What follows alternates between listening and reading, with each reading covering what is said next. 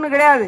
எங்க அண்ணன் செந்தில் பாலாஜி சொன்னார் தெரியுமா, 10 ரூபா பாலாஜி என்று எல்லோரும் அன்பாக அழைக்கப்பட்ட ஒருத்தர் சொன்னார்ல, நாங்க ஆட்சிக்கு வந்த உடனே நான் கூட நினைச்ச பேனாவை எடுத்து ஏதாவது முக்கியமான திட்டத்தை கேட்டு போடணும். வண்டியை கட்டுறா ஆத்துக்கு, இறக்குடா மண்ணு, ஏத்துறா மண்ணு, இறக்குடா வண்டியேன்னு.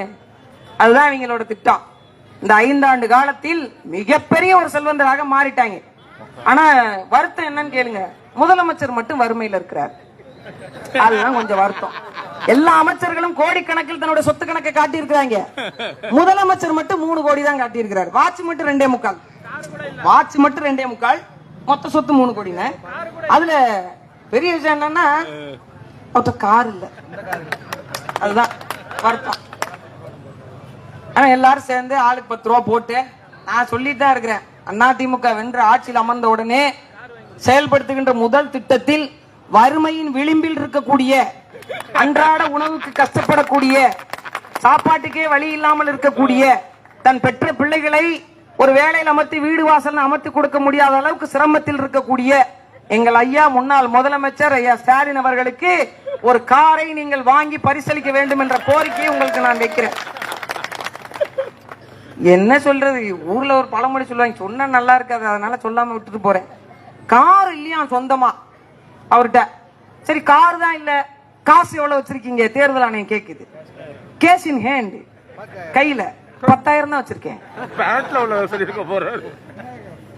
அடுக்குமா ஐயா, நான் ஒரு ஆண்டவரே, பொய் சொல்ற வாயிலே குத்துங்க ஐயா.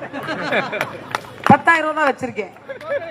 சரிங்க, ஓ 10,000 தான் வச்சிருக்கீங்க. ஆமா, தேர்தல் ஆணையம் சொல்லிடுச்சு 50,000 ரூபாய்க்கு கீழே தான் வச்சிருக்கணும், 50,000 ரூபாய்க்கு மேல வச்சிருக்க கூடாது, அதனால கரெக்டா சட்டத்தை பின்பற்றுகிறார் என்று. ஐயா உங்க பேங்க்ல 40,000 தாங்க இருக்கு.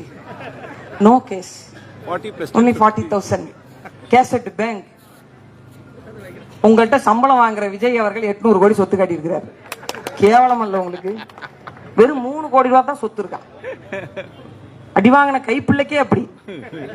அவர் ஒரு படத்துக்கு 200 கோடின்றாரு, திடீர்னு மொத்தமாவே சொத்து 800 கோடின்றாரு. அதை விட பெருங்கொடுமை, யாராவது படிக்கிற பிள்ளைக்கு கடன் கொடுப்பாங்களாங்க? அவர் தன் பிள்ளைக்கு 4 லட்சம் ரூபாய் கடன் எழுதி வச்சிருக்காரு. என்னமோ போங்க. ஆனால் விவசாய பெருங்குடி மக்களுடைய கூட்டுறவு சங்கத்தில் பெற்றிருக்கக்கூடிய கடன்கள் கிட்டத்தட்ட 12,000 கோடி ரூபாயை தள்ளுபடி செய்த அரசு அண்ணா திராவிட முன்னேற்ற கழகத்தின் தலைமையிலான அரசு. கல்வி கடன் முற்றிலுமாக தள்ளுபடி. படித்து முடித்துவிட்டு வேலையில் இருக்கின்ற வேலை இல்லாத இளைஞர்கள் தான் பெற்றிருக்கக்கூடிய வங்கி கடன் முழுமையாக தள்ளுபடி. இளைஞர்கள் தங்களுக்கான தொழில் வாய்ப்பை மேம்படுத்திக் கொள்ள வேண்டும், மதிப்பு கூட்டு பொருட்களை தயார் செய்ய வேண்டும் என்றால் அவர்களுக்கு